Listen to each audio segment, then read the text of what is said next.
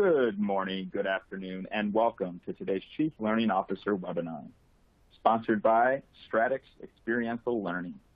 I hope everyone is having a terrific Thursday and excited as I am for today's webcast, Migrating a Successful On-Site Leadership Program to a 100% Online Experience. My name is Steve, and as always, I'll be working in the background here to help answer any general or technical questions you may have. Before we begin, though, I would like to go over a few key reminders. First, there is no dial-in number for attendees. All audio will be streamed through your speakers or headphones, so please adjust your volume there accordingly. At the bottom of your screen, you will see a variety of icons. You will have access to all these tools throughout today's session, so feel free to customize your console however you would like. Among these tools, we have Group Chat, Ask a Question, Resources, and Certification. Please send your questions and all technical issues via the Ask a Question box by clicking on the icon marked Q&A, type in your question, and click Submit. If you have a technical question, your answer will appear here. Any content-related questions for our speakers today will be read at the end if time allows. The certification codes for this webinar will appear in the certification box located to the right of your slides once you have met the required watch time. You can download today's webcast slides via the green icon labeled Resource List. Don't forget, you can chat with your fellow attendees by joining the live group chat. And finally, you will receive a link to the recording of this webinar in a follow-up email, so please allow at least 24 hours after the conclusion of the event before the information is sent. And now at this time, I would like to introduce our speakers for today's webcast. First up, we have Michelle Gao, Global Leadership Development Manager for Danaher Corporation. Next, we have Sebastian Lemieux, Director of Stratix Experiential Learning. And last but not least, we have Philippe Latipi, Managing Director of Stratix Experiential Learning. And I believe Philippe's going to start us off. So Philippe, why don't you go ahead and take it away? Thank you very much, Steve, and good morning, good afternoon, or good evening, everyone. And thanks for letting us know where you're from. I can see that in the group chat. So very nice to see people from, including Australia. So happy to have you here with us today. We really appreciate it. So I'll tell you a little bit about myself. I spent my early career in France, in Europe, and now for the past 20 years in the US, in Boston, with StratX. Working here with Sebastian Lemieux. So I'm going to first guide you a little bit through the agenda we have for today. So we'll essentially have three main areas we want to cover.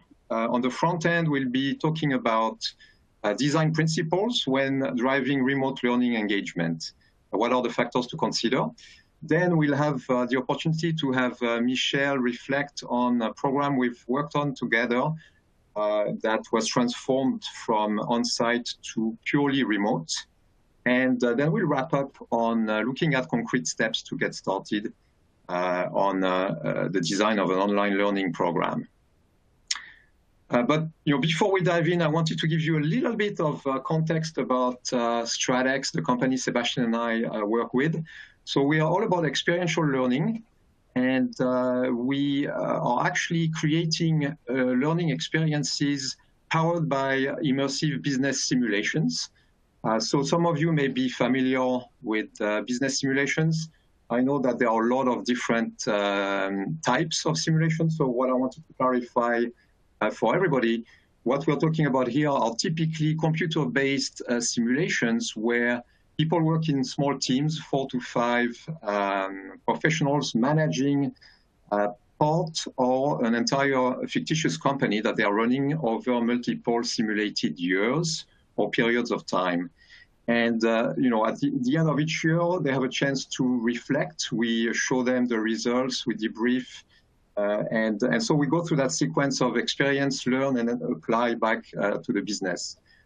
So we work with companies, Fortune 500 companies typically. We also have an activity with top business schools all around the world. And with corporations, the kind of environment in which these programs take place with this modality of simulation, it's very good for a business transformation where you get a to see the transformation of a company and you actually lead it in the simulation environment. It's good also for leadership programs like the one we're going to talk about today, where you really highlight elements such as strategic thinking, business, finance acumen, but you can also connect that to the soft skills because there's a lot of teamwork involved. And so people can see how their ability to work effectively as a team connects to business performance. Innovation is also a good topic for simulations because you get to innovate in the safe or risk-free environment of the simulation. And ultimately, you are trying to drive growth for the business. And what we model in simulation is how growth has to be connected to customer value creation. And so it's, customer with changing needs, a lot of competition also trying to get their business. So it's a good practice environment. So we use these modalities typically across the enterprise to accelerate talent development. So cross-functional, mid to senior level, like the program we're going to talk about today, that's pretty typical. But we've also done programs for women leadership, DEI initiatives, new managers, and so on. So that was just to give you a little bit of context about the company. And we're operating out of a Paris office and the Boston office with some associates all around the world. So now, when we start diving into the principles for driving learning engagement, I wanted to get the pulse from you and tap a little bit into our collective knowledge as the audience regarding reflecting on your own experience of the best training program you ever had. It doesn't have to be online, a training program that you found very effective and memorable and enjoyable. So what made it special? So let's take a minute, for you to reflect on that and maybe share via the team chat what made that program special. And so we'll see what comes up. We use the team chat to share and characterize what was unique about the program you really enjoyed.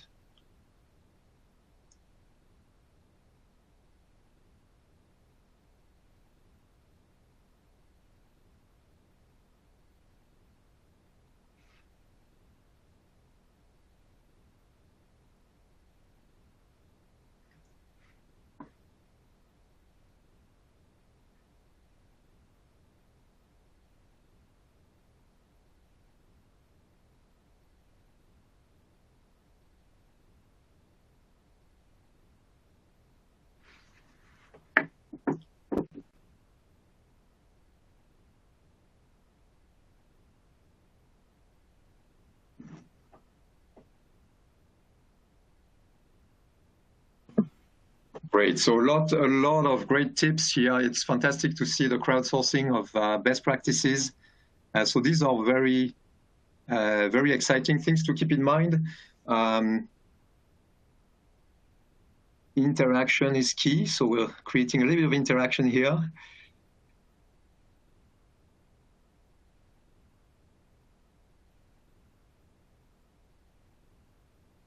Coaching. Yeah, so thank you. We're going to, you can keep populating this. We're going to move forward a little bit on summing up, from what we see on our side. And I think it's very much echoing some of the things you're typing right now and that you've contributed. So thank you for that. Yeah, lots of good tips here. So, on our side, we find that it has to be relevant. Let's not forget engagement is one thing, but it starts with making sure the content is relevant to the learners and the company's objectives. So that's why you need to make sure it's customized to your situation. Collaborative, people love to learn from their peer group and networking with fellow participants. Interaction, I think that came across the chat many times. So Q&A, discussions. Also engaging in activities where you get feedback is very useful and drives engagement. Sometimes we teach storytelling in these programs, and storytelling is always very effective. People remember, it's something that engages the mind. So, we often have senior executives sharing their stories and being vulnerable, and that's really appreciated by the participants. And finally, experiential, where you really get to learn by doing, then reflect. and that drives retention. So these are some of the factors that we see, and thank you for sharing all the tips you have here. So we'll keep that in mind as we move forward. So the question is about these factors that you are typing up and that we reflected upon. Here we have a quick poll to ask you whether you think that actually designing an engaging learning experience, is it more challenging online or more challenging face-to-face?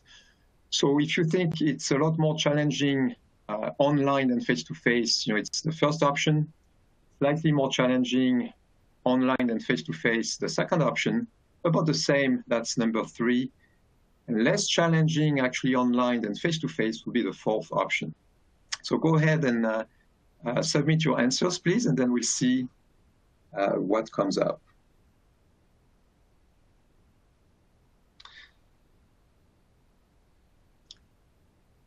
And we'll comment on this as well through the case example that Michel and Sebastian will take you through in a moment. But it'll be interesting to see your collective perspective on this.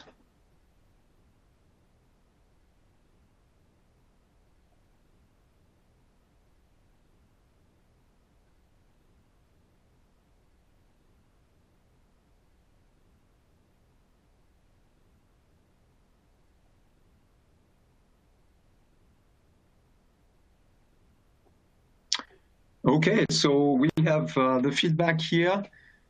So most of you think it's a lot more challenging, almost 60%, slightly more challenging, 28%, and about the same, about 13%. So overwhelming majority saying it is challenging, it is tricky. So very interesting, because we've had now a few months of hindsight to get, roll up our sleeves and do these types of programs, and they're still presenting challenges. So again, hopefully, you're going to hear a few tips and a case that will give you some food for thought, as well as you may be working on these types of designs right now. So thanks for sharing that. And I think, it's interesting to keep in mind those factors that we said made these programs very good, and see how we can translate those online.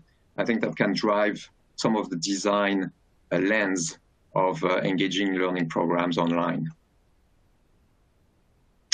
So to wrap up this section, I wanted to share with you some of the design principles that we find are good to keep in mind and why, when you develop an online program. The idea is to start with the notion of self-led development opportunity, because it creates an ownership mindset and a growth mindset for the learner. So, it's a matter of communicating to them that whatever program they have a chance to engage in, it's really their own opportunity to go deeper, revisit, go for additional resources that may be provided, and make it their own opportunity. Having said that, self-led learning alone is really a big ask. You may remember the early days of the MOOCs when people had access essentially for free to top quality faculty, from Harvard, Stanford, MIT, and they signed up in droves, but the completion rate was really abysmal in the lower single digits because it was isolating. So it's very important to create, if you can, a cohort-based social collaborative learning environment. It's really driving engagement and learning dramatically. And then you have some of the more traditional principles like manager and peer coaching, very good to facilitate on-the-job application and reinforcement. And we certainly advocate this experience, learn, and apply approach that will embed learning, shift the mindset, and drive impact. People say you learn from experience. We like to say, well, you don't learn from all experiences. You really learn from experiences you reflect upon. And that's what we make sure we build into every program we design. So before we dive into the actual case example with Michel and Sebastian, I wanted to provide a little bit of context as well for where we are today in this current environment, referring to a survey that was done recently by Harvard Business School, interviewing about 50 learning and development leaders across the globe to first get a pulse on what they were going through and then what that meant in terms of leadership gaps. So as far as the context, we're all familiar with that, but it's interesting, it's definitely global. There's a shift in markets. Some markets are increasing and getting like a tailwind from the pandemic, and some are decreasing. And some companies are actually diversified and have businesses in both, so they need to reprioritize. But clearly, the context can be quite different. We have some clients, they are so busy developing tests, for instance, that they don't have bandwidth right now, and others, they wish they could afford, but they don't really have the budget. And then you have disruption to the operations, clearly coming across with supply chain issues, but it's broader than that. I would say it's digital transformation accelerated that is providing, new tension and new opportunities on operations. And then clearly on the workforce with the remote work situation, there's a lot of stress that's building over time, with people finding that even though they may be now more or less equipped to work from home, there's a syndrome of isolation and a bit of depression settling in over time. So given that backdrop, interesting about what are some of the leadership gaps that have surfaced. One is the need to be nimble and be able to pivot quickly. So managing through uncertainty, and this is something that senior executives may be more comfortable with, but now you really need to have a broader pool of talent, starting with mid-level managers comfortable in this type of ambiguous environment. Number two is leading innovation, including this digital transformation aspect, so building digital fluency. And here it's really, with all the changes in the environment, not just transposing what you have into a more digital way, but rethinking as well the value proposition. How can you cut costs, increase value in a more digital environment? And number three is really kind of echoing what we have on the workforce side. It's the notion of building a sense of purpose and belonging for your employee base and your managers. Basically cultivating trust, including people, inspiring engagement, valuing differences. So, on the one hand, you have people who are starting to feel more and more isolated. On the other hand, you have the opportunity of bringing them together, albeit remotely. But I think it's an opportunity with some urgency for people in leadership development today, so we can help solve this crisis of isolation and really link it back to the goal of the business and the purpose of the business. So having said that, let me switch over to Sebastian now and Michelle. All right. Well, thank you very much, Philippe. Hopefully you can hear me okay. And thank you for everybody for joining as well. So we're glad to have you here with us today from wherever you're joining. And thank you as well for Michelle. So Michelle Gao, as Steve introduced her at the beginning, is somebody that we're very happy to have with us today and that we've working with. We've worked with for the past few years. And Michelle, if you want to say hi to everybody before I give you the first question. Yes, I'd love to. Thanks so much for that, Sebastian. Great to see just all of the interaction in the group chat. Really excited to be able to share some of our experiences with you today. All right, very good. So Michelle, I'm going to just ask a few questions, and then you will explain a little bit of sort of how you took an existing program and what the steps that you went through, some of the good and bad and maybe the ugly about some of the moving it to online as well. So, but maybe the first thing that I'll ask is to share a little bit more about who is Danaher. Some people may not know the brand of the company, even though it's a big company. Yeah, absolutely. If there is anyone on the call who already knows what Danaher is, kudos to you. Because unless you work for one of us or our operating companies, we're normally a pretty invisible brand. We're more known by our operating company brands. But Danaher, we are really a global science and technology innovator, we like to call ourselves. And you can see on the slide kind of our big platforms and the industries that we operate in. So life sciences, we have a pretty big presence there. Diagnostics. So between those two, with the pandemic going on, we've seen some interesting adjustment and pivoting and innovation, exactly as Philippe was saying. And we also have our environmental and applied solutions groups, you can see divided further into water quality and product identification as well. It wouldn't necessarily be as obvious that those would be impacted by the pandemic, but we've actually seen some pretty wild things happening in those markets as well. So that's us in a nutshell. We've got about 60,000 global associates, which we're very, very proud of also. All right, very good. Well, thank you, Michelle. So that's quite a diversified portfolio of companies and a diversified portfolio of associates as well, right? So how do you approach developing those associates, those leaders? What's the thinking behind some of the things that you're looking at? Yeah, absolutely. So the first thing that I have to mention, and if we do have any folks who know Danaher out there on the call, you know that I had to start with DBS, or our Danaher Business System. In this graphic here, you kind of see the Danaher D. You see on the left side of the D a C, which we always say represents our customers coming first. You see our 5 core values there, kind of starting with the best team wins, moving into innovation defines our future. We compete for shareholders, and Kaizen is our way of life.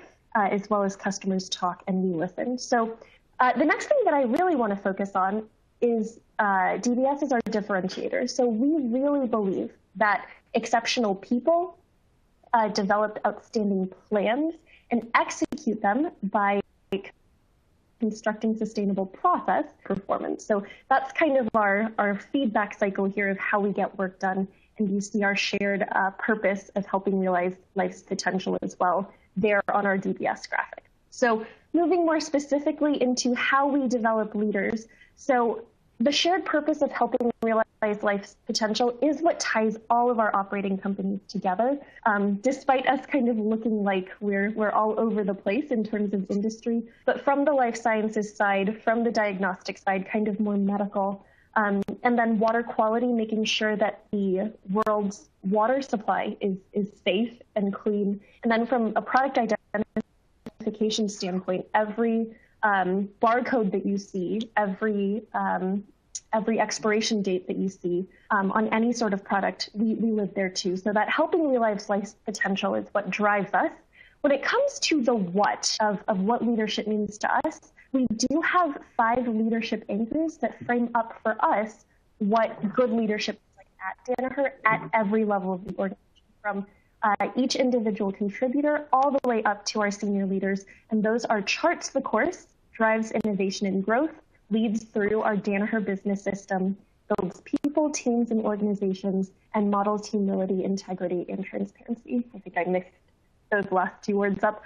And then finally, when it comes to the how we develop leaders, we follow the 70-20-10 kind of adult learning model, which I'm sure that many of you have seen and probably use as well. But that basically tells us that 70% of adult learning really comes from experience. At this point in your life, you're going to learn better by actually getting in there and doing the work. 20%, you need a coach, you need a mentor, you need someone to kind of help give you feedback and lead you on your way. And 10%, only 10% comes from training. And so my work, of course, is in training, but even when we kind of develop trainings to put together, we try and incorporate the 70 and the 20. So that experience and that feedback and that mentorship within our training as well. And I think that's where a lot of StratX comes in with the experiential business stations, as well as some other things that we try and do also. Okay, great. Thank you so much, Michelle. So yeah, that's a good overview here. So, you're in charge of this program for the top leaders, maximizing leadership potential. And can you tell us a little bit more about sort of that specific program and how you tie what it is that you just described with the what here, and how you look at some of the pieces of this program? Yeah, absolutely. Talking about MLP, which is really my baby, is something I could do all day. So essentially, I won't read from the slide. You all can do that yourselves. But MLP is kind of the high volume program that we have when it comes to senior leader programs. So Danaher has a whole suite of kind of organizational learning courses that are available to our broad associate population in Danaher. But my team really focuses on our senior and top leaders. MLP is a career accelerator. The target audience for this program are really leaders of other leaders, so not first-time leaders, but these are people who are at the point in their career where they're starting to lead people who lead other people, which is just a whole new level of complexity. And as I said, career accelerators. So we really target those people who have been identified as having a high level of potential, the ability to do something more. And we use this program to try and accelerate their careers even faster and further. Let's see, another complexity here is that I own and govern MLP at kind of our Danaher corporate level. But Danaher really is a truly decentralized organization as well. So I own and I govern, but the running of the program is also up to some of our really senior talent leaders as well. So there's a lot that goes into this program. And the final thing that I'll say is that everything, again, that we do is really around and grounded in the Danaher business system. So tied to our leadership anchors, what does it mean to be a leader at Danaher? All right, very good. Well, thank you so much, Michelle, for that. So, that was the program objectives and kind of the audience that you described. Do you want to take a few minutes to describe some of the pieces and, maybe talk about how that was done before? And we all know what that before means, right? Before March and this little thing happened to all of us. Yeah, this teeny tiny little thing, right? So yes, of course, happy to give you an idea of what the program looks like. So what you see in front of you are some of the highlights of the overall session design from when MLP used to be face-to-face, again, before March. So this is a 2-session program. Generally, we would run session 1 for 4 full days, take about a 3-month intermission, if you will, in between sessions, and then run session 2 for another 4 full days. So really intense learning experience. We're pulling people away. We're saying they can't get on their computers, can't do actual work, and that they have to be present for those 4 full days and fully immerse in this experience. So the 2 sessions really were designed to be quite different as well. So session 1 really focuses on self-awareness and self-reflection, kind of that classic, what you think of when you might think of a leadership program, getting into a classroom, talking about things like emotional intelligence and what you can learn about yourself through personality assessments, putting on a D&I perspective, learning about storytelling, which Philippe also called out as a skill to make trainings more interactive, and things like mindfulness. I haven't included everything here, but kind of your classic taking the space to think about what leadership really is and doing some self-reflection on what leadership means to you. And of course, because it's that classic classroom experience, some large group discussion, small group discussion, peers conversations, but really a lot of dialogue and a lot of thought process there.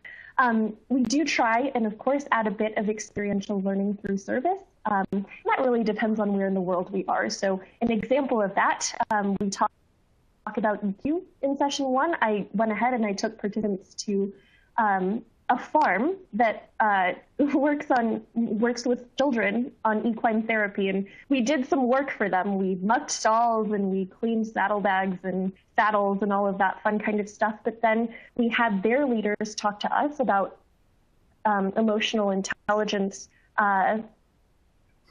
as relates to horses and equine therapy. So there's a bit of experiential learning in session 1.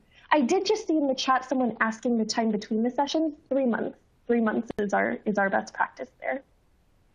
And then session 2, 3 months later, we bring in StratX, and this is where our partnership with StratX really takes off, and it is very different than session 1. So no more kind of sitting in the classroom having a lot of thoughtful dialogue, but really their business simulation is meant to be just a little bit stressful, just a little bit of pressure to make people really remember and see if they are going to think about emotional intelligence, think about personality, as they're put into this pressure-filled situation where they want to win and they're competing against each other.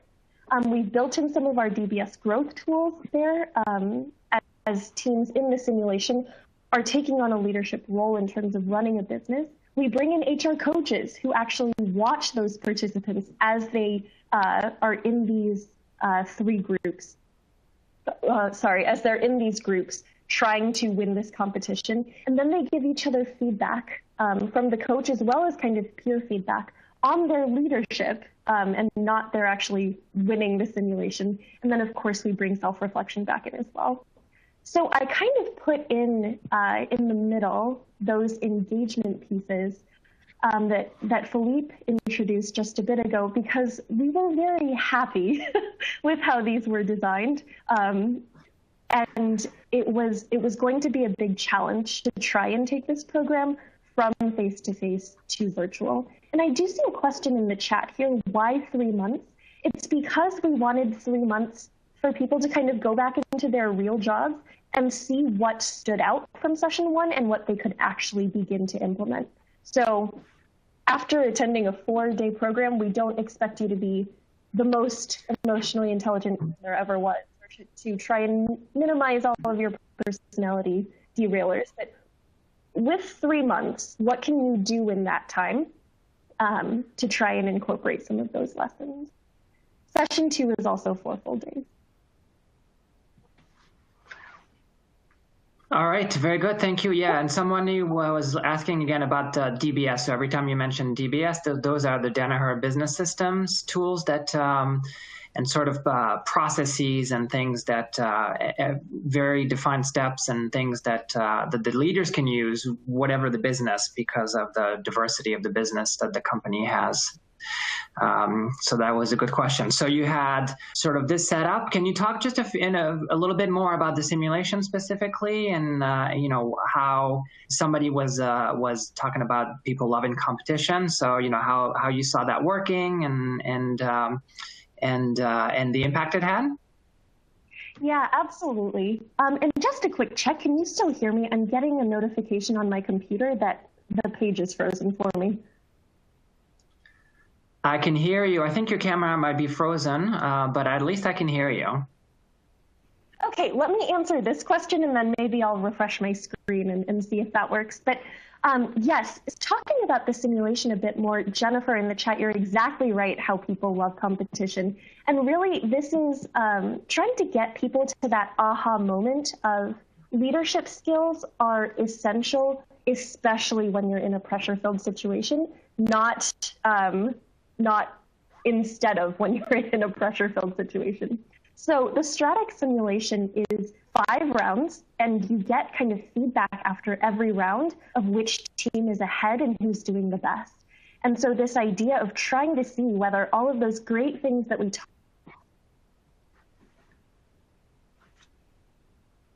Oops.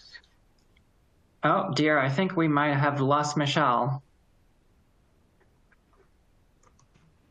Yeah, I think we did lose Michelle there. Let's hopefully we can get her back in there. Sorry about that. Okay, everybody, if you can hang on, please. Yeah, it seems to be down. So she was just talking about sort of the simulation and the step there. So hopefully she can refresh and join us here. And so I'm just looking at the chat here where people are talking about leadership skills that are essential, especially when in pressure-filled situation, for sure, yeah. Okay, yeah, so Steve, a question. Yeah, we had a question as well on whether the simulation is just marketing and sales. And I just wanted to clarify that it's actually a broad base where you have finance, HR, innovation, R&D, as well as the commercial piece.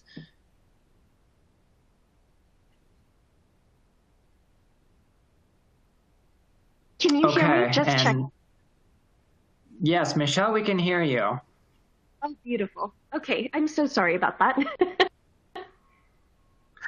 No worries. No worries. And we can see you as well. So I think we're back on. Okay. All right. I think that might have answer. Yes, I think we're good. Yeah, we're just tackling a few questions that were coming in as well.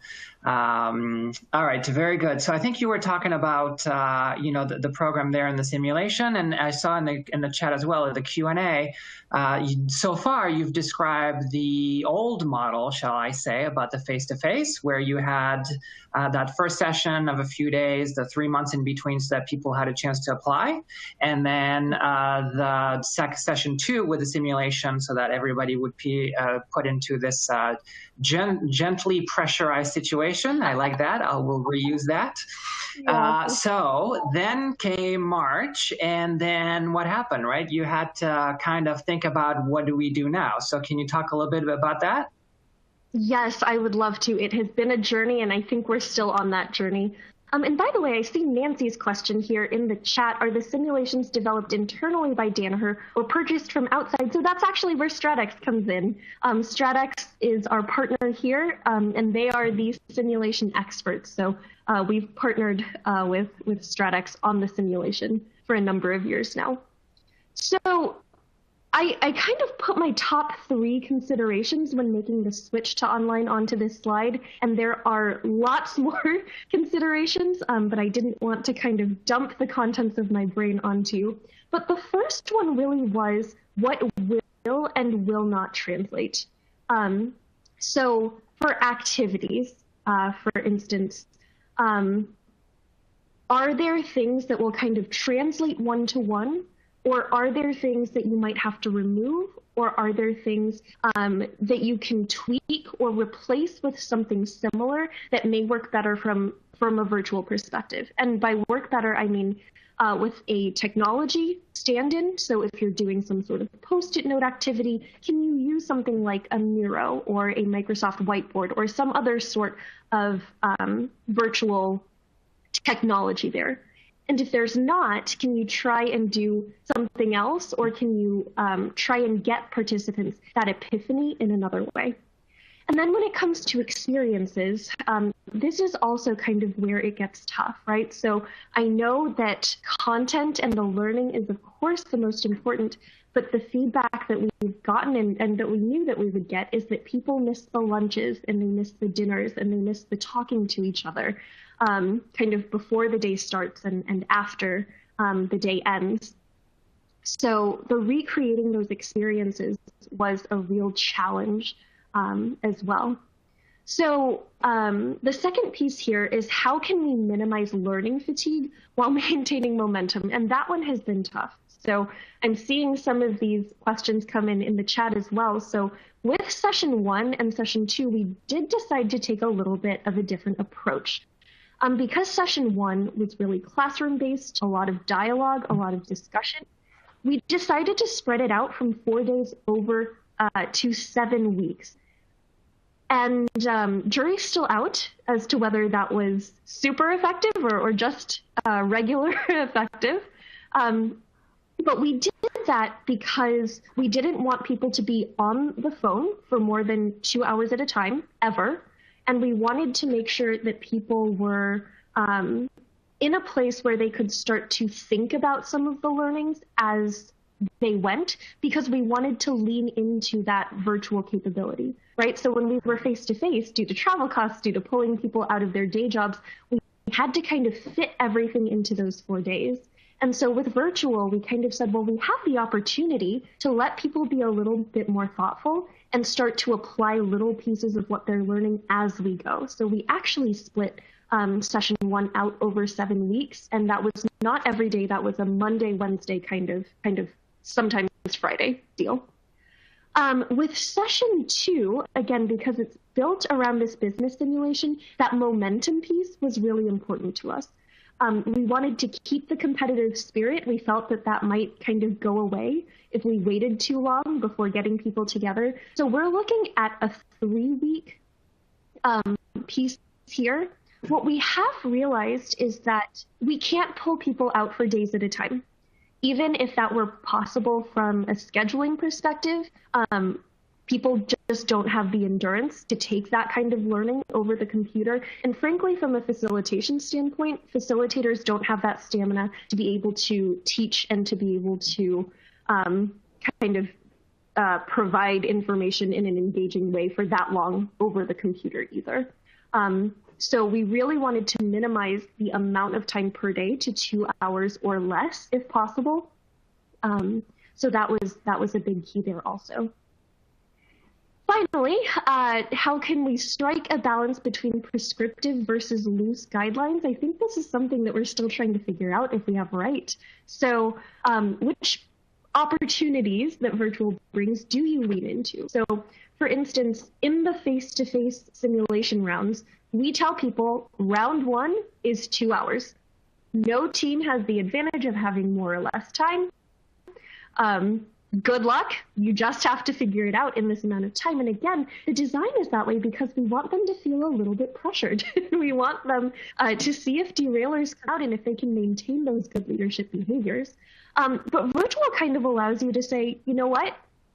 Figure out your own schedules, give us your decisions by 5 p.m. And we really had to weigh those pros and cons of how important is it for us to keep the pressure, and how important is it for us to be able to give people flexibility. And so with each decision, it's kind of measuring those things there. All right, very good, thank you. And I see some of the questions as well. So, someone was asking about where we were in when the pandemic hit. So this is multiple cohorts, right? So we've done this over the past 4 or 5 years, and there were cohorts in the US and cohort, as you mentioned, from the corporate side, but as well from the platforms. So those, business units that you presented earlier on. How many people? Anywhere between, correct me if I'm wrong, 25 to 40, I think, people per cohort, depending on the group size, and, try to have 4 or 5 or 6 groups in each cohort. So you have those kind of subgroups as well. And then someone was asking as well if it's a program that is sort of mandated. How do you select people? So I don't know if you want to take just 30 seconds maybe to answer that one. Yeah, sure. And that was, I'm sorry, could you repeat it? I think it cut out for just a second. Yes, I'm sorry, and I'm saying 30 seconds just because of the time. So, how do you select the people that come in and that are coming to this program? Yeah, selection of these associates is a pretty involved process, actually. So we have, of course, as many companies do, a talent review every year. And out of that talent review, our specific operating companies kind of look at the target audiences that my team sets for each of our programs that we run. And for this program, again, it's those leaders of leaders who have potential or high potential that we want to accelerate the career for. So it's really tied hand in hand with our talent review process. Okay, good. So thank you very much. Yeah, I'm just looking at the time, and it's about 43 minutes past the hour. So just want to make sure that we have time for Q&A at the end, even though we're trying to catch some of them here. So do you have some lessons learned for us now then, in terms of, as you said, it's still trying to figure out and do a few things. Bless you. And then if you have some lessons learned, yeah, do you want to share that of your thinking there with us? I would love to. There are so many lessons learned.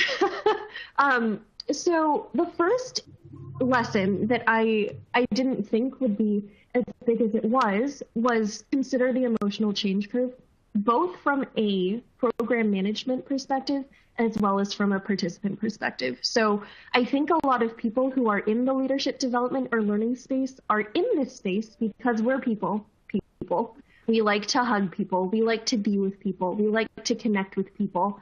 And the emotional toll of having to take the work that you love, that you have worked for a long time on, and then convert it to virtual, where you know that you as a participant, you maybe wouldn't have enjoyed it as much, and then having to be the champion for that work, you've got to get yourself through the emotional change curve before you can kind of be that champion for the participants and anyone else.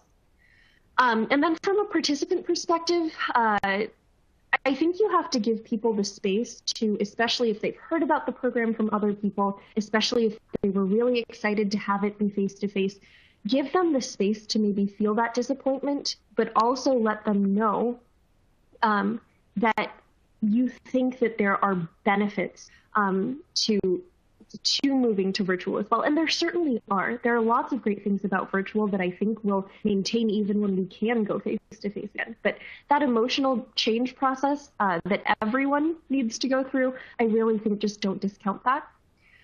The second lesson learned here is that a one-to-one translation is just not going to work. There are some activities that you can do face-to-face relatively easily that just do not translate.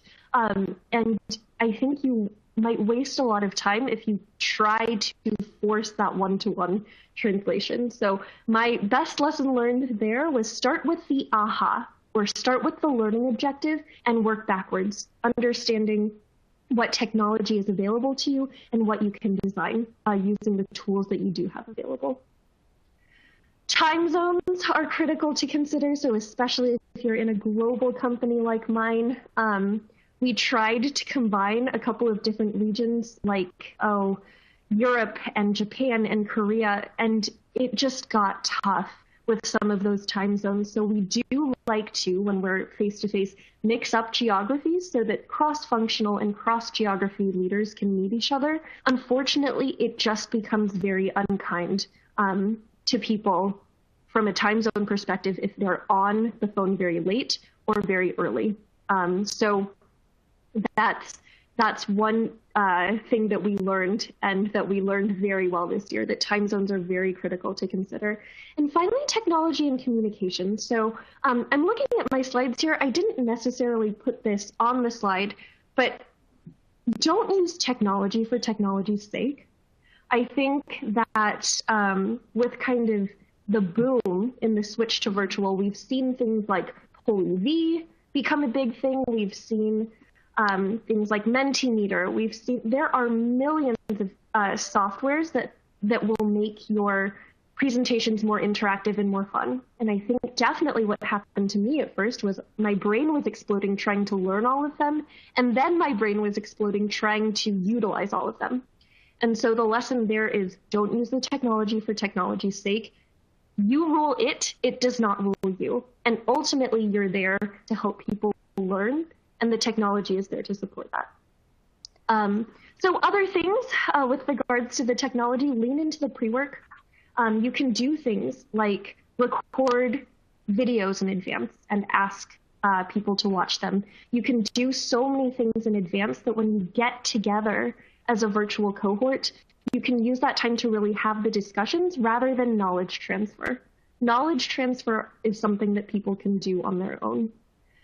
Something that I think about a lot, standard communication plan to scale consistently while maintaining quality. And this is because we have so many different people running this program, right? So we really want to make sure that there is standard work where it makes sense to keep that program quality high, and then setting expectations far in advance. So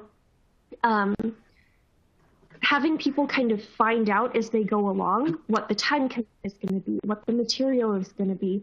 People like to know in general what they can expect so that they can plan for it and so that they're mentally and emotionally prepared. And sometimes we spend so much time designing that we forget to then communicate the final design and also why we chose that final design. So that piece has also been really critical. So the takeaway here is just try and then adjust, because I think if you try to make it perfect the first time around, you're never going to get it off the ground. So try get it to a place where it's pretty good, and then take that first round of feedback and then adjust. And then rinse and repeat, keep it going. All right, good. Well, thank you so much for that. And yeah, there's a lot of questions on the chat about technology as well. So, Zoom and Microsoft Teams, all of these were used. And just sort of other pieces as well. Can you just finish with just giving an idea of sort of how it's orchestrated then in terms of the agenda? Some people are, you mentioned two hours max online on a synchronous live piece. And then what about in the rest of the agenda? Yeah, absolutely. I thought I would share the session 2 design, considering that I'm here with my StratX partners here today. So the first thing that I'd like to say about this is that there should be flexibility in here. Another key lesson learned is that you need flexibility for different cohorts, for different geographies, for different whatever it might be. But this is kind of what we're looking at right now. And you can see the total time per week is broken down, as well as kind of where the journey starts in terms of live sessions, then kind of that in-between work, then getting back together for different live sessions and doing in-between work. And in this case, the in-between work that I'm talking about is those teams getting together and working on the simulation with their HR coaches watching, and then completing a coaching debrief as well for each round. So I'll let you look at that for a second. You'll also see that we have brought in different pieces than just the simulation as well. We have an analyst call where we ask participants to put on the hats of both Wall Street analysts as well as the leaders of organizations and give mock kind of quarterly earnings calls. We also ask them to do an hour and a half to 2 hours of peer feedback, kind of talking about each other's behaviors through working together in the simulation also. So all of that is built into this here. All right, very good. Well, thank you so much, Michelle, for sharing that. Again, I think we kind of got to a lot of the questions here, making sure that we answer them. But maybe before we have an opportunity to really address some of the Q&A, I have just one poll question for the group here. And if I can advance here. So what I'd like to know, before we finish with maybe some wrap up from Philippe, is beyond the current crisis, do you expect to invest more or less in online learning in 2021? So we just want to hear quickly from you. Do you think that you're going to spend less, and that's the modality or the way that you're going to use your training dollars in 2021? More, about the same as before the pandemic, or less? So do you think that you're going to invest more or less in online learning in 2021? And I guess I should say probably for the next 2 or 3 years as well. All right, so I think that just because of time's sake, we'll close the poll here. So Steve, I don't know if you do that on your side here, and we'll see if people are expecting to invest more or less or about the same than before. More, that is a clear goal and a clear answer right there, 81%. So, Philippe, do you want to just finish with, how do we get started then on creating that online learning in that format and make sure that it's effective? Yes, thank you, Sebastian and Michelle. Really great to learn about the case here. And, some of you may not have known Danaher before, but maybe you should know Danaher from an investor standpoint as well. The company has outperformed the stock market by a factor of 5 in the past 3 years, and we're really humbled to be working with them. So everybody wants to do more online. How do we get started? We recommend that you use the principles of agile development. This is something that has started in the software development space, where the idea is that instead of trying to develop everything at once to a perfect state, it's better to do small iterations, get feedback from the customers on a regular basis.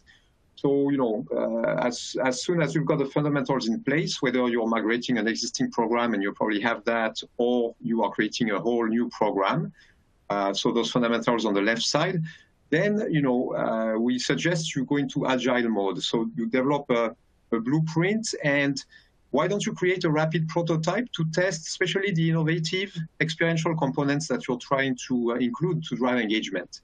So this could be role plays, simulations, and test your prototype by doing a rapid experiment so that you can engage key stakeholders and representative users. So you get that customer feedback, get the support, and inform the design. As Michelle was saying, it's try and adjust, but you don't have to do a pilot necessarily. You can test little chunks, especially, again, the innovative ones. So, for instance, if you're going to do a rapid prototype of a virtual learning experience using immersive business simulations, it's a perfect environment where once you're clear on the context for the program, we work with our prospects to pick a simulation and scenario that will align with that. And then we recommend that you organize a mini test run with 2 or 3 teams of 2 to 3 stakeholders per team. Typically, that takes about 3 hours.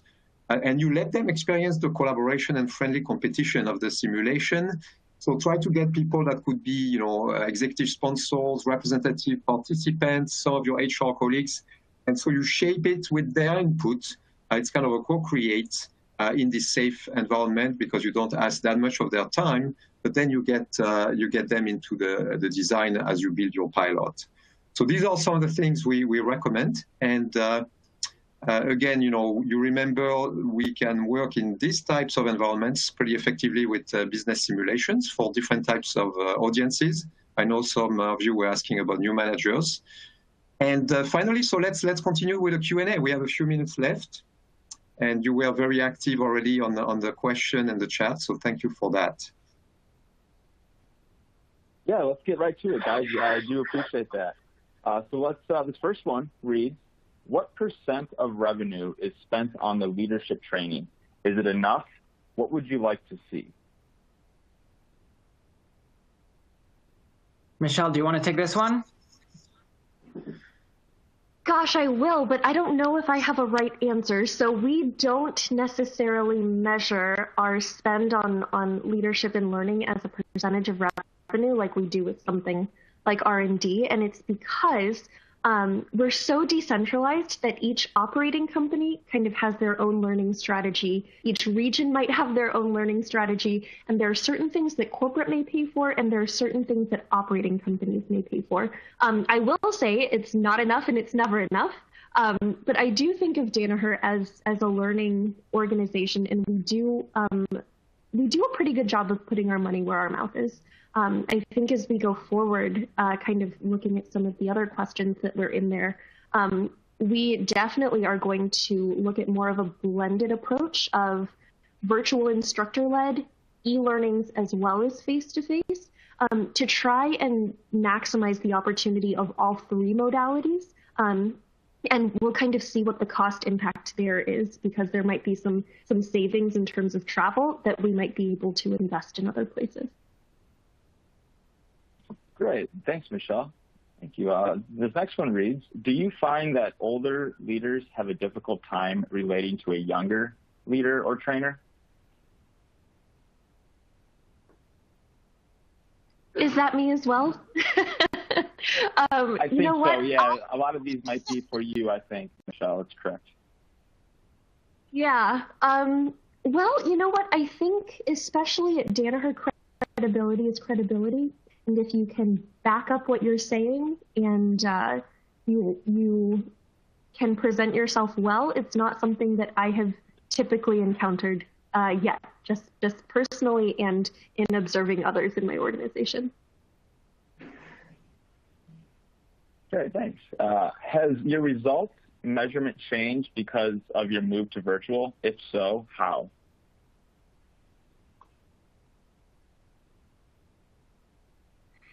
Yeah, I think we're trying to measure the same things. The pandemic caught us at a time where we actually switched from a 5-point Likert scale traditionally to measuring Net Promoter Score, kind of that classic 0 to 10.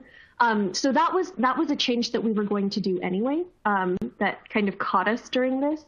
But we have seen things like, I wouldn't recommend this. I do think that the team did a good job in making it virtual, but I would have just liked it better face-to-face. And I don't think that we can discount that. I think there are people who just don't learn as well and don't enjoy the experience as much. So when we move forward to kind of that blended learning approach that we were talking about before, I think that sell is going to have to be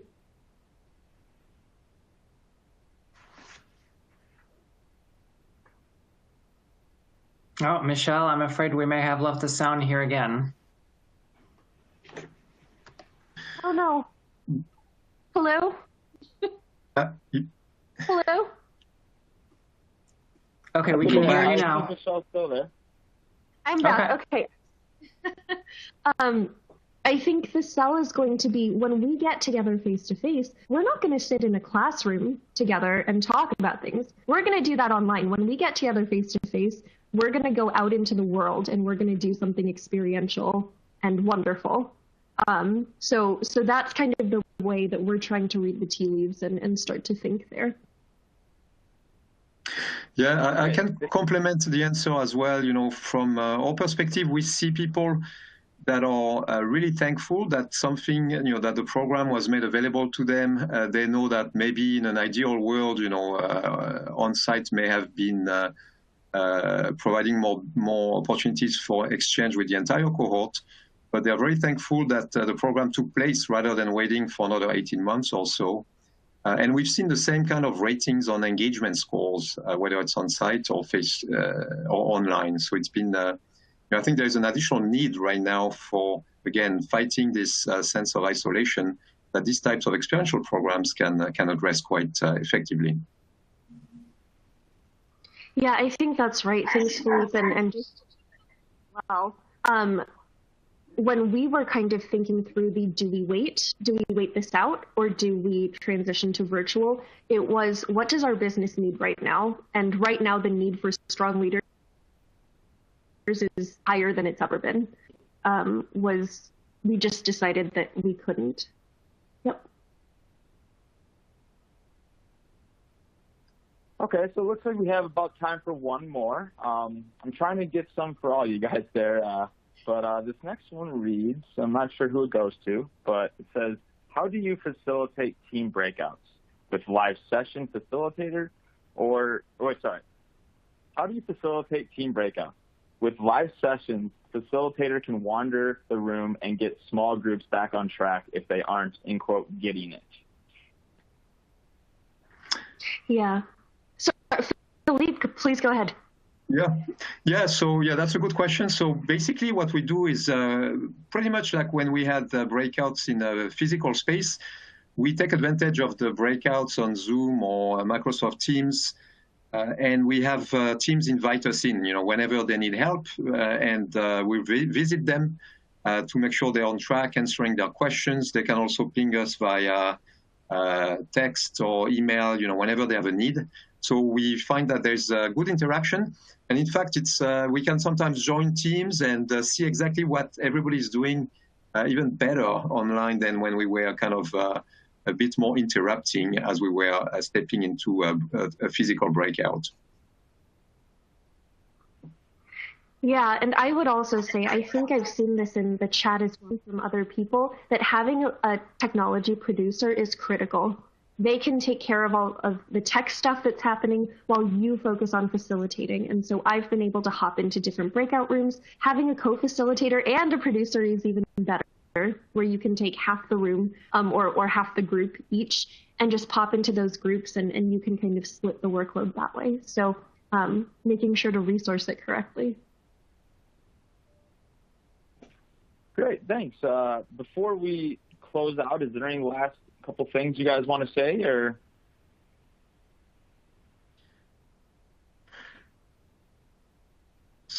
So maybe just sharing some additional resources on the next slide. Yeah, so we have additional resources here that if you go into the resource section, it's the green icon where you're able to download the webcast slides. You can also download these two links that StratX has put in there for us. So feel free to do that now before you head out for the evening. With that, though, we're going to close, and I would like to say thank you again, Michelle, Sebastian, Philippe, for taking the time to present all this great information with us. Thank you again to the audience for joining in and continue to support CLO webinars. And of course, thank you to our friends over at StratX Experiential Learning for sponsoring today's event. Be sure to register for our next Chief Learning Officer webinar, How to Create a Resilient Culture of Growth Through Micro-Credentialing, Tuesday, December 15th, 12 p.m. Eastern, 9 a.m. Pacific. This concludes today's webcast. Stay safe, everyone, and have a great day. Thank you, everybody. Bye-bye.